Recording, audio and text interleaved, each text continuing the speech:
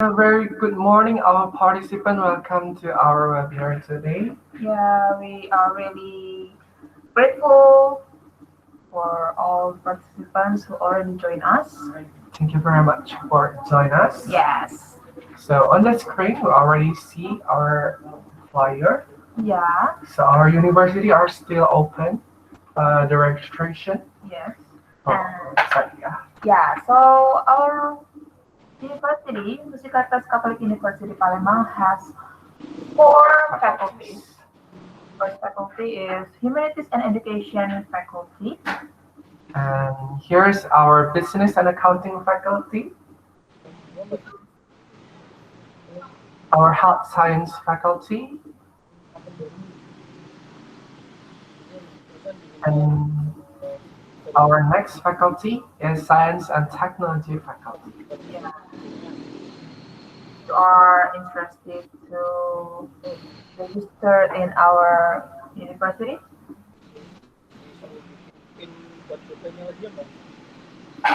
You can directly contact our number at WhatsApp Yes. or just visit our Instagram at ukmc.palembang. Hello! A very good morning, our participant. How are you today? We hope all of you are in good and healthy condition. And of course, we all know that together now we are fighting in this pandemic era. So, Maria, how do you feel about this pandemic? Yeah, everything is changed because of this pandemic, but I still feel grateful. Yes, absolutely. I do agree with you that we should always be grateful, even though we cannot gather like usual, but we can still gather on the air. Yeah. So, Maria, how are you today? Why you look so happy? Yeah, so excited today. Why you're feeling so excited? Yeah, because we are here and we are in Webinars. So our participant, welcome to our webinar held by English Language Education Study Program from Musikatas Catholic University Palembang with theme New Normals Education Being Autonomous. Good morning, ladies and gentlemen. I'm deeply glad to see you at this very wonderful and special time for us. Hopefully, you are all doing well. On behalf of Humanities and Education faculty, I would like to welcome you to this webinar, which is held by our English Language Education Study Program and the Student Association. First of all, thank you very much for three speakers who are willing to help us. All Dennis, Sister Pauli, and Kiki Anderson. Thank you very much. We do appreciate your kindness to share and be with us in this webinar. Welcome, and thank you also for all of webinar participants. Ladies and gentlemen, more than 4 months, we live in an unexpected, also unpredictable situation because of COVID-19 pandemic. Many sectors of life get messed up, and it can run as well as in normal life. This condition forces us to adapt with a kind of a new habit in life, also in education. This condition forces us to make our life still grow, to struggle, to learn many kinds to go on our life. All of us believe in hopefully that this situation will be passed immediately. So for this reason, we need a preparation for a new normal with a new style of life, also in education. Hope that today's our webinar and discussion would give us more courage to prepare a more innovative and autonomous learning at this new normal time. Finally, we are sure that today will be very fruitful and give fresh insight for all of us. Good luck and have a pleasant sharing time. My presentation will be the new normal in education with regard to the COVID-19 pandemic. Okay? So, the COVID-19 pandemic brought extraordinary disruption to the higher education landscape, with campuses closing everywhere overnight all over the world. For example, in the Republic of Indonesia, for me, it happened on March 23rd, in Monday morning, when the government issued an emergency directive for all higher education institutes and schools to shut and to focus on online learning. And it was a difficult transition, very difficult, because it never happened before. It was very abrupt and there was no protocol on what to do and what to expect. And for example, the International Association for Universities served a report on the impact of COVID-19 on higher education, showed that one of the key challenges encountered by higher education institutes was the sudden shift to distance learning. That was the problem. It was a sudden shift to distance online learning. And the second problem was it was prolonged.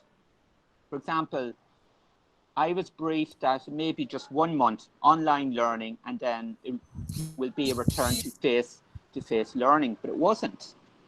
It was prolonged. So, the main challenges for education regard to COVID-19 was adapting to the technical infrastructure, support tools to use for distance learning, assimilating online teaching pedagogies, and finally, how to organize and manage exams and student assessments from distance learning. That was a big challenge, how to adapt assessments. And I know for a Cambridge curriculum, Cambridge cancelled everything. All official Cambridge exams have been cancelled, pending a new date, probably next year, when the COVID-19 cases hopefully reduce. And it was a very difficult transition. It was all new, there was no plan, but schools and institutes did adapt very quickly. For example, higher education and schools adapting to mutual cooperation and sharing of resources. So in the midst of this terrible pandemic, there was light, everyone came together, all the schools, the national schools, international schools and universities. For example, pooling of resources, sharing of networks, asking for advice and sharing of knowledge. And my evidence to support my argument would be this. For example, Cambridge International Assessment. So yes, Cambridge shut down the exams for summertime because of the COVID-19 pandemic. However, mutual cooperation of sharing of resources and access to databases freely. So, Cambridge recognized the challenges for all students and teachers, for example, access to online resources. And what Cambridge did was to free access to digital resources, for example, Resource Plus, which was normally available by subscription only. So everyone in the global community of education was granted free of charge. Resource Plus gives access to high quality videos, ready-made lesson plans, and teaching materials that can help students and learners adapt for exams. And it's a brilliant resource. All the lesson plans are there, tutorials, grammar books, all there on an online database, which is free of charge. This is one example of mutual cooperation and sharing of resources for all schools and universities globally. I'm sorry, Paul. Yes? Can you please full screen your presentation? Your slideshow. Your slideshow. Can you not see it? Can you not see the screen? Oh, full screen, yeah. Yes, full screen, please. Okay. Perfect. That perfect? Yes. Yes. Thank you, Paul. Please continue. Thank you. You're okay. So that's my evidence of one, higher education authority sharing of resources. So it's all digital, it's all accessed, lesson plans, teaching material, grammar books, and also online uploaded tutorial videos, which are all there for everyone to access.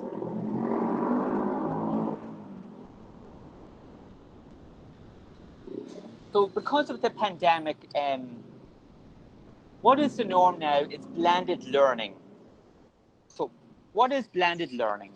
The simple definition of the term blended learning is the use of traditional classroom teaching methods together with the use of online learning for the same students studying the same course and content.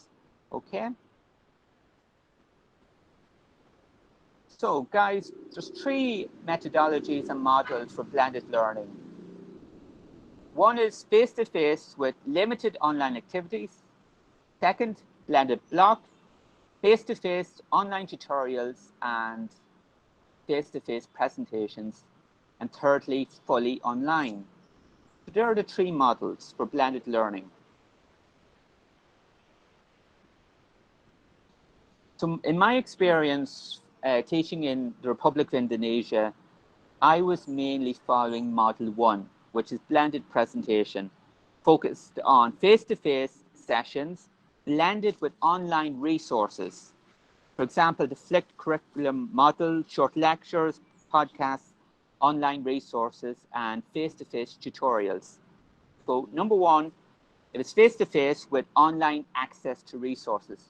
That's what I've been teaching in international schools. And then blended block, not so much I was teaching. So it's a combination of intense face-to-face sessions as one day or half days, weekly online tutorials, seminars for activities, and online content and resources. However, because of COVID-19 and the government directives on how to reduce the cases, it's all fully online for the Republic of Indonesia. And my guess, probably until next January for Jakarta, because it's the red zone. So everything is fully online. So it's a combination of short lecture podcasts with online resources and learning activities. Online tutorials, interaction via online collaboration, discussion forums, and or group work. For example, in my daily lesson for Cambridge curriculum, I would start with all my students in the main room on Zoom.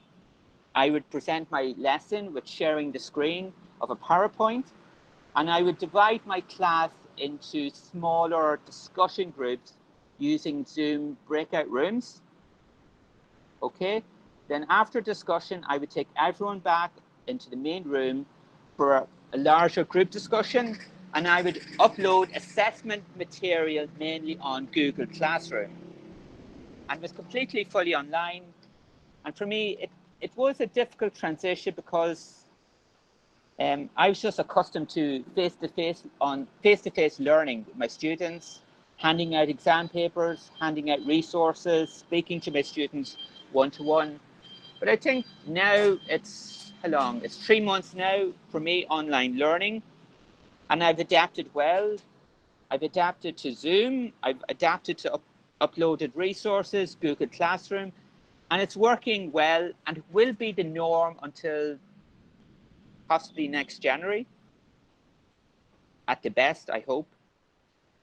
And for example, in my home country of Ireland, all higher education authorities, for example, Trinity College Dublin, which is the main university, and University College Dublin, UCD, will be all online for new academic year for the next 12 months. That's just the way it is. Even Cambridge University in the United Kingdom will be all online. All lectures, upload of resources, assessments will be all online. And I think overall, for example, in Jakarta, we have adapted well to online learning and distance learning because we have to with no choice. Okay. So guys, even though this is a difficult transition to distance learning and the sense of the unknown, I would just like to end with a quote from Giorgio Marini, the Director of International Association for Universities, and he presents a sense of hope and mutual cooperation. And here's his quote. The COVID-19 pandemic is having an enormous impact on higher education. In many countries around the world, campuses are closed and teaching has moved online. Internalization has slowed down considerably. Despite these challenges, higher education authorities have reacted positively, often implementing new solutions to continue providing teaching, research, and service to society. So overall, there is light at the end of the tunnel. We are adapting to distance and online learning. And the only way forward for universities and schools to survive in this difficult time is to share our resources, pull together, and support online distance learning. You change or you're left behind. In this case, I propose two choices for you, and Paul already shared with us about new normal education, and he gives us so many examples, experience how hard it is to study and to learn, to teach in this special moment. And he gives us clearly with everything he gives us. So I would like to continue what Paul says about it's kind of sharing experience from me. My topic is a kind of a persuasion actually, because we need to choose whether we change or we're left behind. I don't say we will be left behind, but we're left behind. It means that, the choice is so hard for us because it needs courage, as Paul says. Courage for every one of us to learn and also to adapt and to adjust with the new situation. Okay, could you please go for the next slide? We are going to start from the theory of evolution, as Charles Darwin stated. Actually, it is not the strongest species that survive, not the most intelligent. It is the one most adaptable to change. And I think every one of us agrees with it, because we really face the situation that it's not common, and it's hard to adjust with this situation. Therefore, we must be smart enough, I think, to see what happened around us, to notice, and also to analyze, comprehend, to think, and to do something with it. And above all, we need openness and willingness to change. Because whoever we are, as teachers or as students, we need to adapt. We need to adjust, and this is not easy. So why do we have to be open? For the next slide. Okay, could you please continue with the next slide? We face the reality that the facts changing rapidly in front of us. We just have a couple months ago have a new ministers of education in Indonesia.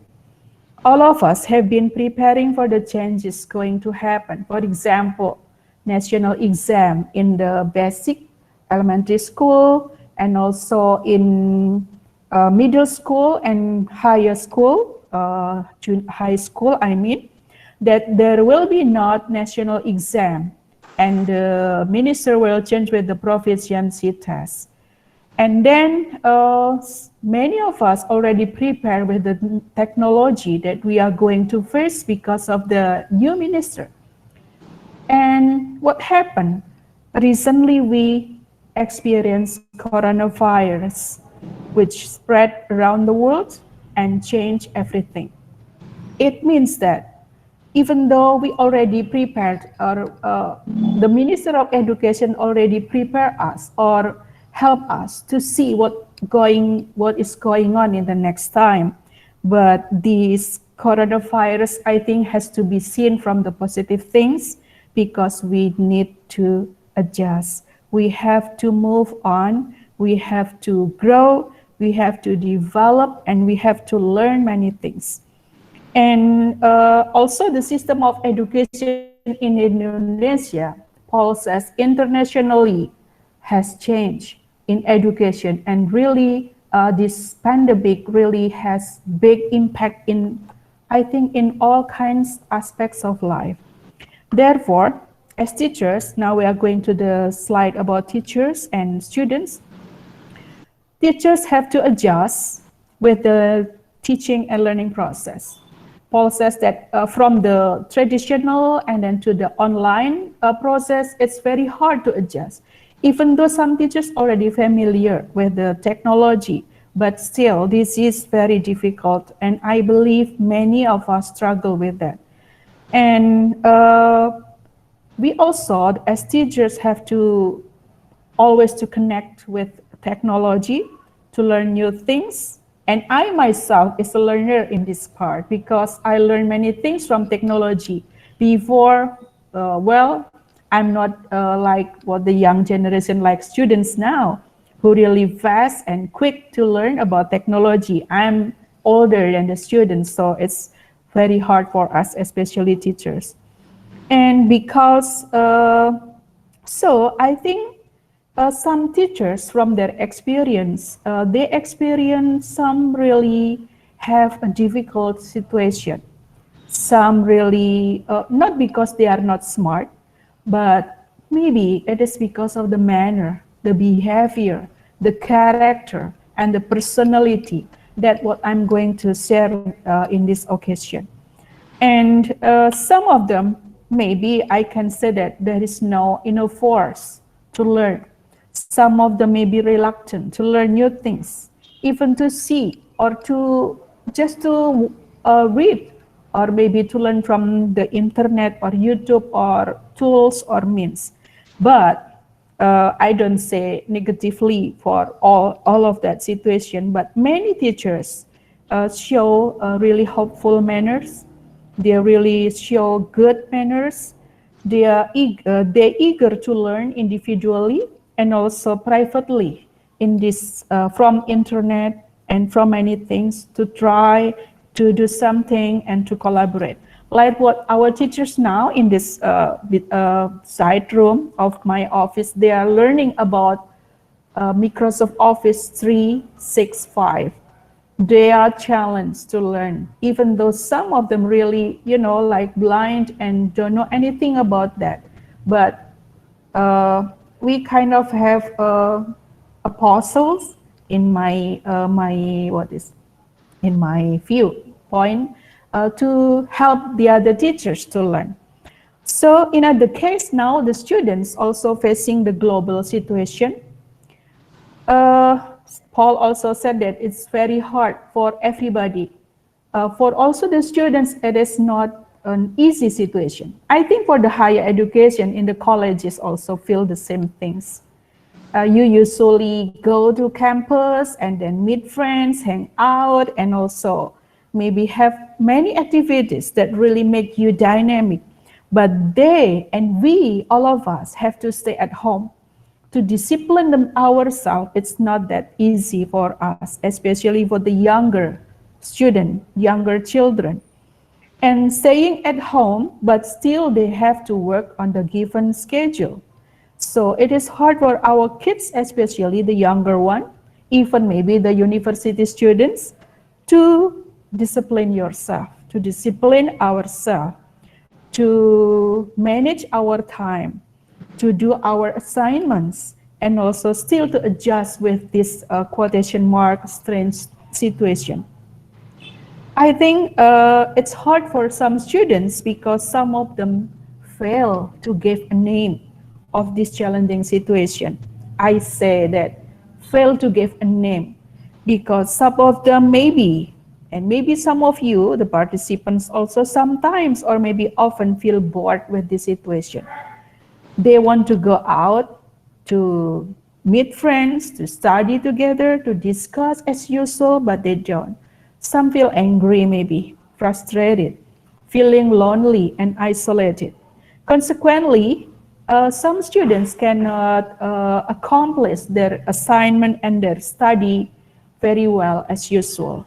But I think some of them also show responsibility and big responsibility to accomplish their study till the end of the semester. So in this situation and the hard situation, I propose and I give a kind of a suggestion for all of us. If for even when we are teachers or we are students, it is about self-empowering. I think self-empowering is the answer for the situation. I will say that self-empowering is empowering ourselves, myself, yourself, to be able to overcome the obstacles, the challenges and difficulties in this new situation. Self-empowering is about to manage our own feeling, our own time, and our own mind, our behavior, and our choices to do. Self-empowering includes physics, mental, and also spiritual. In my experience, empowering myself, my physics is about how to know myself, how to know my needs of my body and the needs of daily life, fruits or food or drink or maybe rest, and also empowering our mental. Empowering our mental means that we have to really to be mature enough in our situation.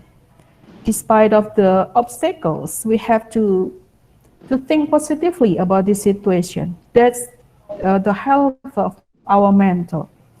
And the spiritual, empowering spiritual is about not only pray. Pray is the center of our life, relation to God and to others, and to feel the world, to feel the events in our life, even the difficulties, positively, and try to find something good and something useful for our life.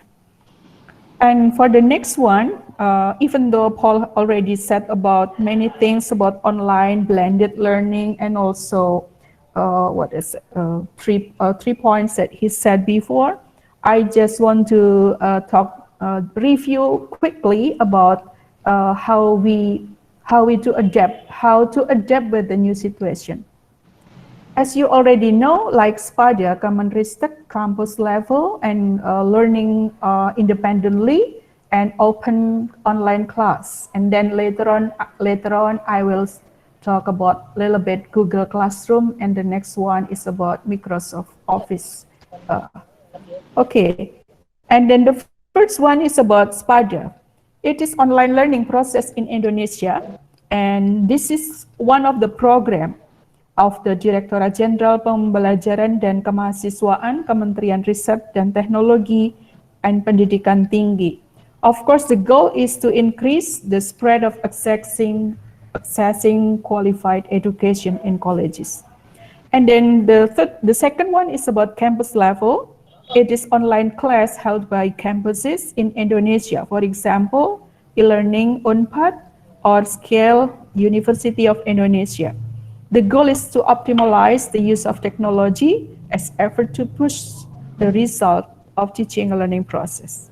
And the third one is about mandiri or independent. I'm very interested with this because I think teachers, whether in colleges or in lower education needs to know about this, and I myself have to learn about this. It is an online class held by teachers privately by using their own web or special web for online class. For example, online courses held by Harvard or Oxford campus. And then the fifth one is about Google Classroom. I think all of us already know about it, so I will not specify that much. I think it's easier and efficient, and then helping teachers to manage the class, distribute assignments, giving marks, feedbacks, messages, and also teachers and students can log in from any kinds of cellular to access materials and assignment. Teachers can also cross-check the progress of the students. That's the fifth about just sharing about that. And the last one I would like to share about Microsoft 365 or Teams in our world right now. I think it is not a new one, but for me it is a new, very new, because I just realized that how important to hold or to have online learning process with the means or tools which is really helpful. So our school has already our own tenants cooperate with Microsoft and Common Tech, and it is a project of Common Tech, and it integrates many applicants access online or real time by various software, for example, computer, laptop, and smartphone. Before that, I also share with Father N about this, and some universities in Jakarta maybe already use this, and if you like, then you can later on try, and I can help to connect with the people, the right people of that. It helps us in the work of business, government, education, and institution.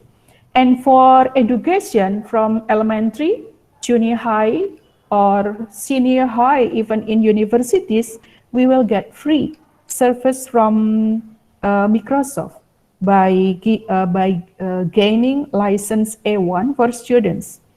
And it becomes the platform of effective and efficient online teaching and learning process. And what is the benefit, or what are the benefits? There are three. The first is means of working and producing, Office Word online, Excel online, PowerPoint online, and it's apps for virtual storage or cloud storage. And this is application for communication and collaboration for the students and also for the teachers. Teachers can manage virtual class by their own. They can have their for each students the password. Even teachers and staff. And the benefit is that the director, the dean, or the chief or the leader of the organization or the business can control and cross-check what is going on with the institution by these teams. And communication also can be held in this Microsoft 365 by voice call, video call, Outlook to send data, and personal chat. In virtual class, teacher also can do the same things, can call the students, and also unlimited time. For example, if we use Zoom, we only have 40 minutes. But in Microsoft 365, we can have unlimited time. Because therefore, they name 365, it means a year. So it's long period of learning, and you can manage your institution, your class, and your online class more effective and efficient. Students also can finish your work online. You can collaborate to finish the project online by having this one.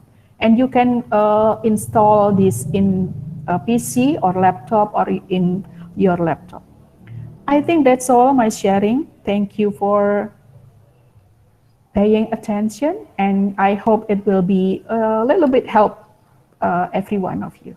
Thank you. Different in different parts of the United States, but where I am, we had middle of March in Wisconsin.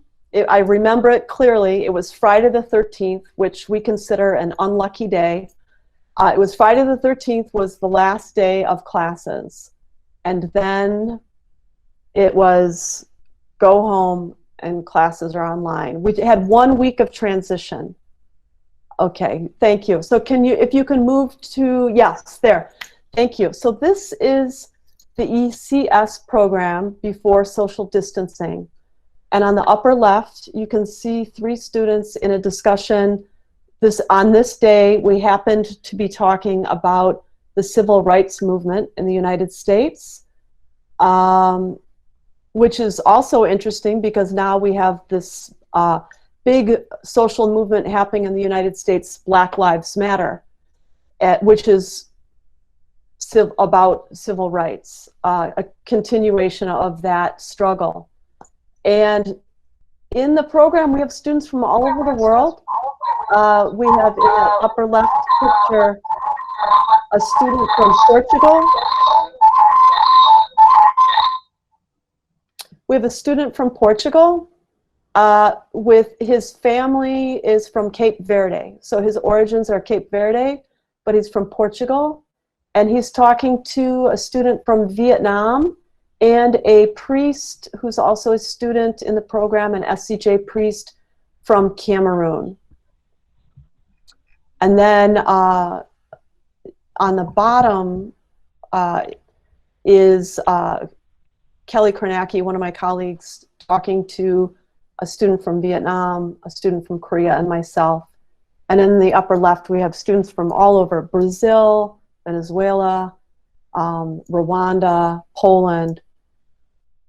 So this, of course, is, and we're close together in that picture. You can see we're comfortable without our masks, close together.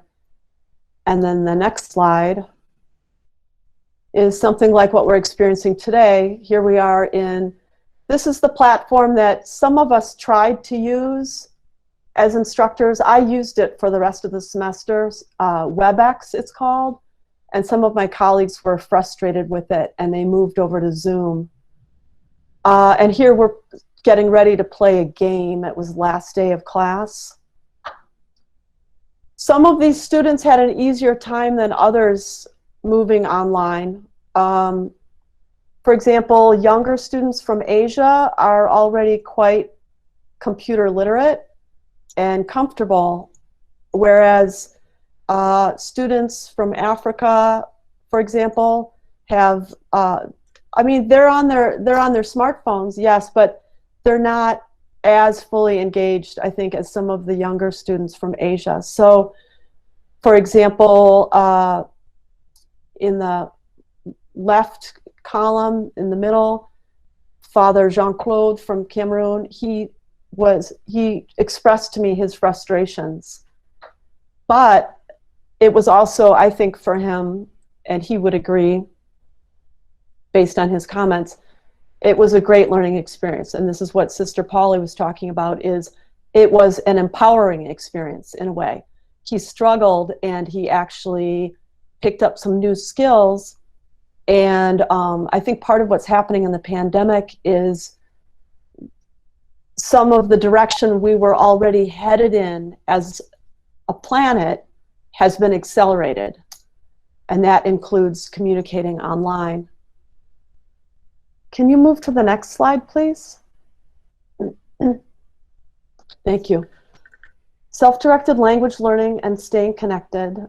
My 3 points are less is more, attention control, and managing the fun to frustration ratio.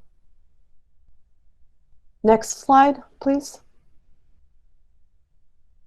Less is more. What I mean by that, and Paul talked about this a little bit, limiting synchronous or face-to-face learning, what we experienced was that students become exhausted, and so do the instructors, spending a long time in front of the screen trying to communicate live.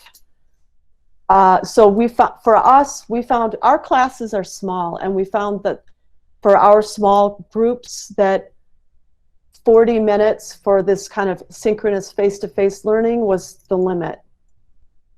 I, as an instructor, have found, this is point 2, saying more with less is important, that I need to be very careful to speak succinctly, to speak clearly, directly, and then allow space for, if I want a response from somebody, to be quiet.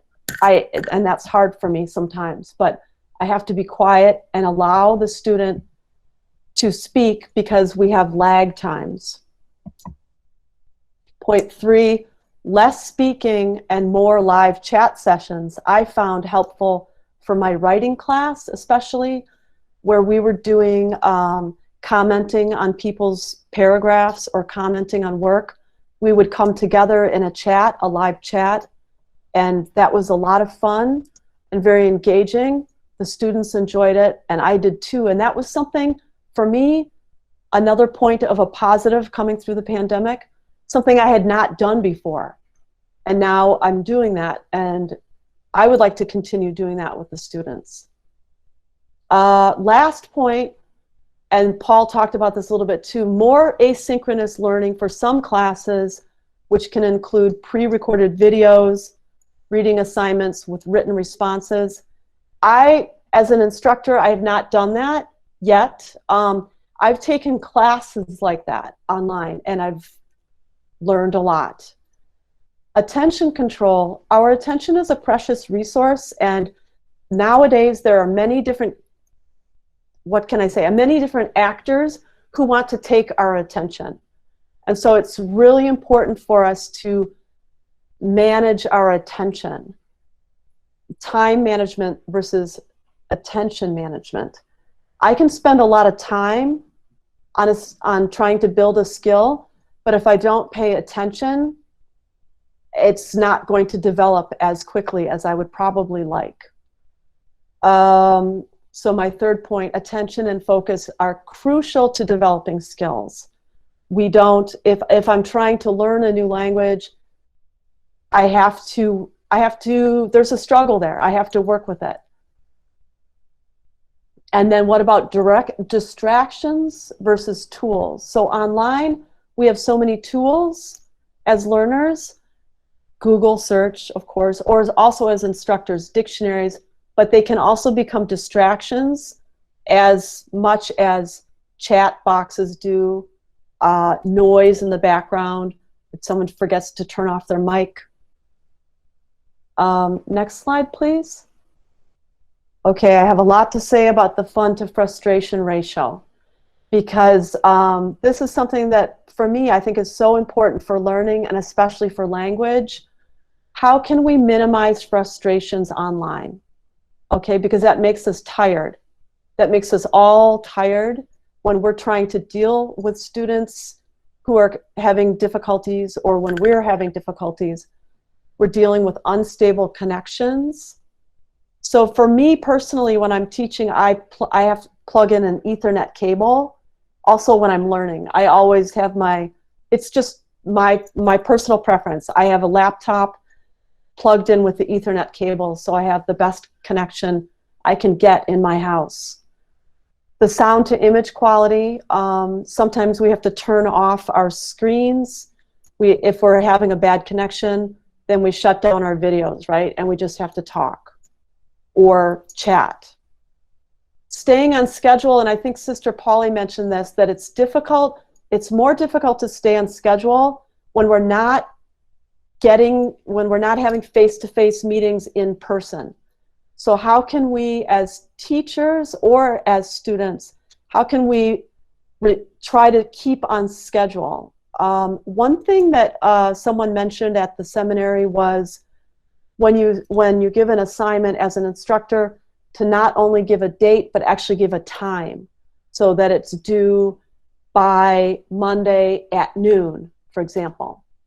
So it's a very strict time. But also I think that I found this semester that I had to be a little bit flexible with the students, because they were going through the kind of psychological distress of the adjustment that we had to recognize that we were in a very strange situation and that things would not proceed as we had expected back in January. So yeah, already, I will just wrap up here. Already I noticed before the pandemic, before social distancing, that the students who were doing very well in class were engaging a lot on their own with YouTube channels, with TV series, using captions, songs. There's a great site called Lyrics Training. So now that's the same situation. And this is my final point, that self-directed study is essential to success, whether we are together in the brick and mortar classroom, or we're online, or we're learning independently. That and part of the self-directed learning and self-directed study is engaging with all of these different possibilities as far as apps, YouTube channels, or finding a conversation partner to meet with once a week on Skype. Next slide, please. Thank you for your attention, because your attention is your precious resource. And this is a student from South Korea who lives in Milwaukee and serves the Korean community, helping families there. That's all I have to say. Thank you so much for your attention. Okay, thank you, Kiki, for sharing with us. What a wonderful topic. And I do believe that all the participants, include us, we just got a lot of insight from Kiki and Gerson. Yes. Good morning. My name is Frisky Pratama. I'm the student of English Language Education Study Program. So I have a question for Mr. Paul. Based on the presentations, I see that the blended educations. The question is, how we as the English language education students adapt with these blended educations? Because later in the 7th semester, we are going to attend the field training, and then the second question is, how about the educator that teach the kids, kind of homeless kids in Jakarta, toward this pandemic? Guess that's it. Thank you. Adapting to the blended learning experience and how to relate the blended learning to homeless children. Sorry, Paul, can you please turn on your camera, please? Oh, there we go. Can you start? Yeah. Yes, okay. Perfect. There we go. Yes. So for the first question about adapting to blended learning for the students, I think the university or school has to employ an induction program. An induction program built upon short stages. For example, how to use Zoom in the main room, how to use the breakout rooms, and how to access resources on Google Classroom. And it needs to be done in short stages. For example, in my international school, for the first week, we just did an induction program on how to use Zoom. Second week was how to use Google Classroom. I think that's the only way, and I know it's not perfect, it's not face-to-face learning. It has to be in a short induction program built upon connected stages. That's what I think. And then for homeless children, oh God, there's no easy solution, but I think the responsibility is upon the government. The government has to take into account how can a teaching resource be implemented to children, homeless children, and I do think it has to be, if they're homeless, has to be in a classroom environment and implement COVID-19 protocols. For example, I know teachers in Hong Kong where else? And in South Korea, the classrooms modified to implement COVID-19 protocols. For example, there's only about a certain amount of students within a class. The desks are well separated. The desks actually have a barrier, have a plastic screen. All the students wear masks. But I don't think online, it doesn't adapt to homeless children at all. The students have, if they're homeless, they have to be in a classroom environment. I do think so. And the government has to implement the COVID-19 protocols. That's my advice. It doesn't work for homeless children, no, online. They have to be in a classroom environment, even outside. I know some schools in Thailand have implemented classrooms outside, would have the screen projected, and the students are evenly spread out, all have masks, the teacher has a mask plus a face shield. So there is options. But I think online for homeless students, no, it doesn't work. It has to be in a classroom environment, for example, outside, on a PowerPoint, projector, everything. That's what I think, yes. But it has to be implemented by government. Government should help more.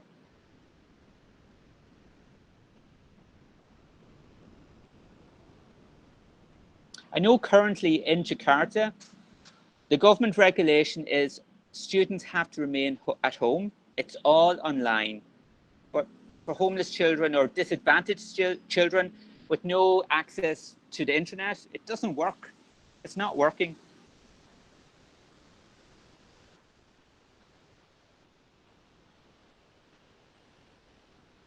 Does that answer?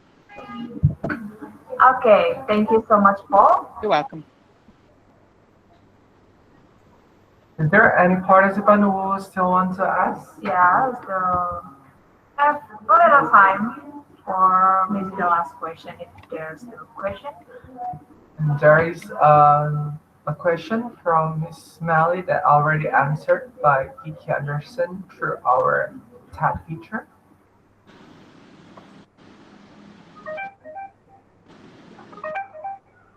All right, I guess our question and answer session is done. Yes. And we would like to say thank you very much for our three amazing speakers, Paul Trehi, Kiki Anderson, and our sister Pauli. Yes. Thank you very much for your time. We hope that you always safe and of course healthy Yeah. and full of blessing and happiness. Thank you. From Nashriyati Saini. She want to ask that about how do we overcome the situation in which students who are reluctant to come to online class or keep coming late.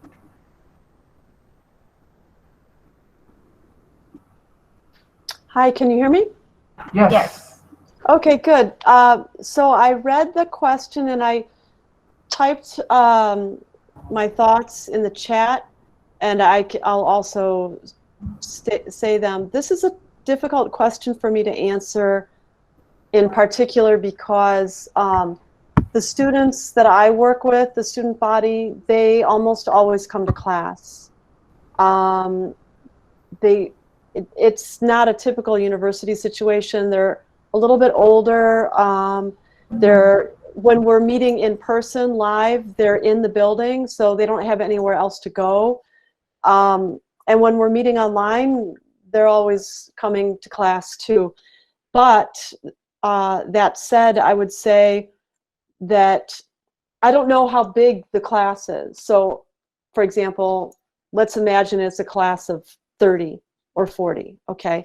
And you have a couple of students who are not coming or coming late. I think that as an instructor, what I would do is try to text them directly to talk about why they're not coming, or to talk to them on the phone directly, because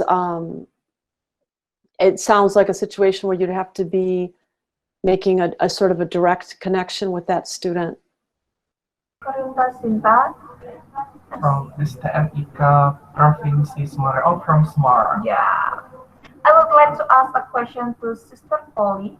My question is how to make online classes interesting and interactive without giving too much homework or assignment, especially for large classes, more than 50 students. Thank you. Sister Polly, Please. please answer the question. Okay, thank you. Again, the second difficult question. Well, I myself also adapting with this situation. I was teaching for many years also, and I imagine that the teachers really overwhelmed with this situation.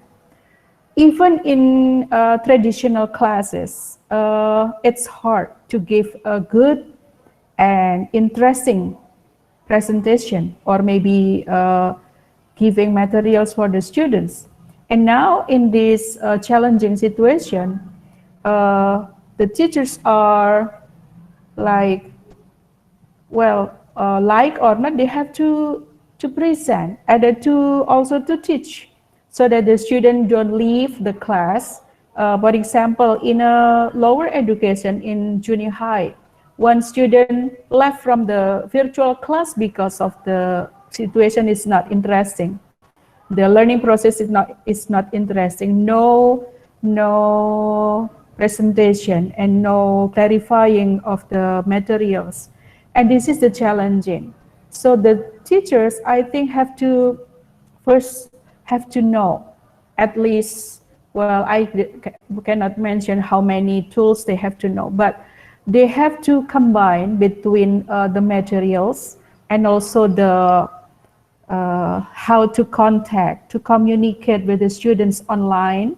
And still like this, for example, I'm speaking like this, giving attention to each other, to the students, to the participants, not only talking without focusing on the students and the listeners. And it's very important, like what Kiki did. I'm very interested with that. For example, greeting Father Ignacio specifically like that. I think it's very good for all teachers to do that. Even in online, we can see how happy we are from our face of the participants here. I can see how many burdens you are. Even as teachers, we have to do that. We have to recognize, like what Paul said, recognize what is going on in our class, even in our online class. That's the most important, building rapport, building psychological contract with the students, making sure that the students really focus and don't leave, your class and still paying attention to you. That's the most important. Then if it's on the right track already, the teachers give the materials and give JDA or pause every time to make sure the students understand what you are talking about. I think that's all my answer. And we would like to say thank you very much for our three amazing speakers, Paul Trehi, Kiki Anderson, and our sister Polly. Yes. Thank you very much for your time. We hope that you always safe and of course healthy Yeah. and full of blessing and happiness. Thank you. So we are very happy that now our president Yes. Mr. Slamet. is here. Hello. So hi, Mr. Slamet. Hello. Can you give us some motivation? Yeah. Or we can say What for kind the of motivation? something like that. Well, first of all, I would like to thank you for all of you. Okay, I think it is very great things for us to have. Okay, in this very young university. And first of all, I would like to thank all of the speakers, Sister Pauli. I think glad to have you here, Paul Tracy, as well as Kiki Anderson. I can imagine it's gonna be very late for you, Kiki, but never mind because the sun just set a few hours ago, right? Well, anyway, I think it is very good things to learn. We are all facing the same situations, but of course, some people say we are not in the same boat. we may have different problems. I can imagine, as what Kiki has said, I really surprised Kiki personally, because I was quite sad, okay, when I saw people queuing in Missouri or something like that, something in St. Louis or something like that, okay, queuing for, let's say, for, I do not know what to call it now, but it used to be something like a food stamp, something like that, okay. But just, you can imagine how difficult it is in the US. But of course, the US is not the only one who actually suffered. Okay, we never know things going on in the real world. As Paul has said lately, but the Department of Education and Culture in Indonesia suggested something that students must learn at home. But of course, it is not the same case. Okay, it is the same problem that we have faced problems. Okay, the same as what Kiki has said. Kiki, I cannot imagine how difficult it is in a family. We have, let's say, 3 children in Wisconsin, for example, and the mom and dad must go for work, and the children left at home and have to share a gadget or whatever. I cannot imagine that. We probably assume that in the US, everywhere, everything is available. Okay, but thank you, Kiki, for you have given us some insight that we actually face the same problem in these unprecedented situations. No one knows how to answer that. Okay, even UK has a big problem as well. Luckily, Boris Johnson was actually survived. Okay, but seemed to me that everyone actually face the same problem, difficulties. Okay, I myself a teacher. Okay, here I'm now in my university, in my base university in Yogyakarta. I'm not in Palembang, but luckily technology helped us actually to connect each other, even though I'm still struggling as well to learn almost everything. Okay, so far I use Google Meet, Zoom, Skype, MS Team, Webback, and sometimes it is not that easy as well to adjust one and another. Okay, so again, I do appreciate the initiative to have this webinar. I think that we have learned from Paul, from Sister Polly, as well as from Kiki, far away from the Wisconsin area. I hope that we can learn something and we are ready to find new things. Okay, as Sister Polly has said, okay, if you do not change, you will freeze. Yeah, you will left behind. You will disappear. Okay, so let's we change. Of course, it is not that easy, but I believe that we are able to learn. We are able to support each other, and thank you very much for all of your sharing. I hope things are going fine in the near future. Stay healthy, and stay safe. Thank you.